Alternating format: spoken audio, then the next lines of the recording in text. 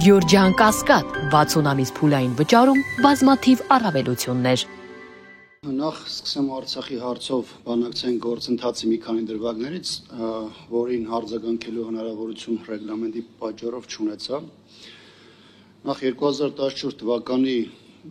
Ադրբեջանի սանձազերծած դիվերսիոն հարձակումների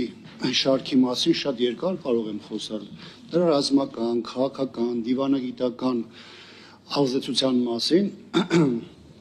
բայց դա առաջին հերթին արդյունքն էր նրան, որ Ադրբեջանը 11 թվականին հրաժարվեց վերջին պահին ստորագրելու Կազանյան փաստաթուղթը եւ դրանից հետո փորձեց Հայաստանի նկատմամբ ճնշումների եւ շանտաժային քաղաքականություն իրականացնել։ Իդեպ դա բացարձակ նրան չհաջողվեց, որովհետեւ այն գործողությունները, որոնք Հայաստանի զինված ուժերը հայաստանյան հատվածում Արցախի պաշտպանության բանակի ուղղություններում գործադրել են, հնարավորություն չտվեցին, որպեսզի Ադրբեջանը իր այդ գործողությունները վերածի խաղաթղթի կամ ճնշման միջոցի։ Ինչ վերաբերում է Սերժ Սարգսյանի Արցախում ունեցած տարբեր ֆորմատով հանդիպումներին, ապա բանակցային գործընթացի կարևոր փուլերից առաջ, հետո եւ բոլոր այն ժամանակահատվածներում, որտեղ անհրաժեշտություն է եղել մարդկանց կամ հասարակության տարբեր խմբերի հետ շփվելու եւ ներկայացնելու process-ը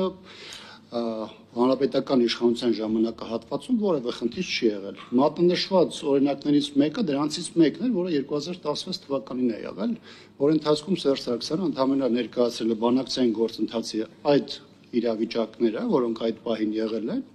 եւ ներկայացրել է այն հիմնական սկզբունքները, որը Հայաստանի Հանրապետությունը բանակցային գործընթացում իրացրել է։ Դրան զուգահեռ հիշեցնեմ, որ նաև բանակցային գործընթացի հետ կապված դետալները Արցախի այդ ժամանակվա իշխանություններին ներկայացվում էր նաև համանախագահների կողմից, համանախագահների ԵԱԿ գործող նախագահողի անձնական ներկայացուցիչ Կասպրշիկի միջոցով եւ մինչեւ 2018-ի այդ ժամանակահատված ունենք լրիվ այլ իրավիճակ։ Շատ կարճ արձագանքեմ նաև կահավորման հետ կապված խնդիրներին, եթե ես հիմա զինված ուժերի հետ կապված խնդրահարույց տարբեր դրվագների մասին սկսեմ խոսելը, եթերը պետք է անջատվի, մեր գործընկերներին պետք է խնդրենք պարզապես սենյակից դուրս գան, եւ այս բանը ես չի ուզենա այդ երկու իրադարձությունները իրար խառնենք, եւ երկրորդը, երբ որ դուք ասում եք, որ դուք ուզենայիք իմանալ, ես օրինակ ձեզ ասեմ, որ վերջին 5 ամիսը օրինակ ես դրա հնարավորություն չունեմ։ Բազմաթիվ գրություններ պաշտպանության նախարարության հետ, բայց փաստացի կան մերժումներ առաջնագծում, կոնկրետ առաջնագծի իրավիճակին ծանոթանալու տեղում իրավիճակը գնահատելու համար։ Զինված ուժերի բազմաթիվ խնդիրներին կարող եմ շատ երկար խոսել, ուղղակի այսօր այդ պատը առիթը չի։ Վերադառնալով թեմային, իմ մոտեցումը հետևյալն է.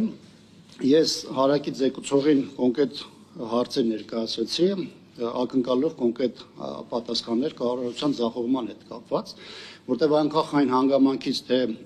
գործող իշխանությունը կամ նրա առանձին դեմքեր տարբեր դրվագներ ինչպես կներկայացնեն, կասեն, թե դրա ինչի հետևանք է եւ այլն, փաստ է, որ 21 թվականի նախընտրական փուլում, երբ որ դուք հռչակում եք խաղաղության, այսպես կոչված խաղաղության դարաշրջանը, դրան զուգահեռ հենց այդ օրերին մայիս ամսին արդեն Ադրբեջանը սկսել էր իր հարձակումները Հայաստանի Հանրապետության ինքնիշխան տարածքի վրա։ Երբ որ դուք խոսում եք խաղաղության դարաշրջանի ապագայի մասին, 22 թվականին Հայաստանի դեմ հերթական ագրեսիան էր իրականացվում, որի հետևանքով մենք ունեցանք ինչպես տարածքային հսկայական կորուստներ, այնպես ունեցանք մարդկային 224 զոհեր։ Նույն այսպես կոչված խաղաղության դարաշրջանի ժամանակահատվածում 23 թվականի մարտի վերջին ապրիլի սկզբին տեղ գյուղիղությամբ հայտնի հարձակումն եղավ, որի հետևանքով մենք տարածքային բավականին խոցելի իրավիճակներ ունեցանք։ Արդյոք դա չի նշանակում, որ կառավարություն ձախողել է անվտանգության եւ դիվանագիտության առումով իր հանձնառությունը, բնականաբար ձախողվել է, անկախ նրանից, թե դրա համար ինչ պատճառաբանություն կներկայացվի։ Արդյոք կառավարությունը տապալել է իր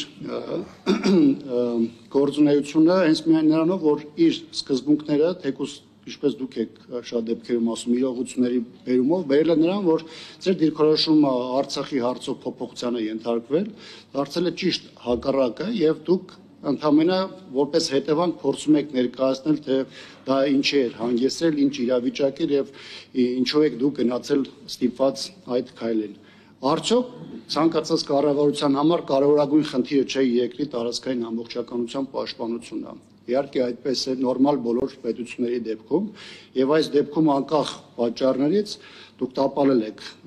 այդ հանձնառությունը, որովհետեւ Հայաստանի տարածքային ամբողջականությունը ոչ միայն խախտվել է, այլ դա նաեւ օգտագործվել է որպես ճնշում ՄԱՀԱԿ Հայաստանի Հանրապետության վրա, դրան հաջորդած ժամանակահատվածում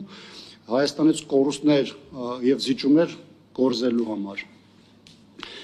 Եվ առհասարակ այսօրվա նաև քննարկման հետ կապված, թեև գործընկերս նկատեց, որ յուրաքանչյուր հարցադրում անող կամ ելույթ ունեցող ասում էր, որ սուտ հարցի համար է տալիս տեխնիկական եւ քննարկում չէ, ես ինքս կարևորում եմ այսօրվա այստեղ տեղի ունեցած քննարկումը։ Բնականաբար չեմ կարծում, թե նստած տեղից որևէ մեկը ակնկալիք է ունեցել, որ մեր մոտեցումները համահունչ կլինեին, բայց ինքնին կարևորում եմ, որ թեման իր քննարկումը ստանում է, որովհետեւ այն լեգիտիմ հիմքերը, որոնք ներկայացված են, նույնիսկ ձեր պարագայում, անկախ նրանից դուք ոնց եք դա ներկայացնում դրա խախտումը, ըստ էության նաև ցույց է տալիս, որ դուք էլ թեկուզ մեղմացված կամ մեղմ գույներով, բայց դուք էլ այդ երանգավորումը ընդունում եք, որ եղել են ձախողումներ, որը մեր գնահատականն այն է, որ դա լեգիտիմ հիմք է ստեղծում վարչապետի նկատմամբ անվստահության գործընթաց սկսելու համար, իսկ ձեր հիմնավորումները այստեղ բնականաբար որևէ ձևով չեն կարող ընկալելի լինել։ Առայժմ այսքանը, շնորհակալություն։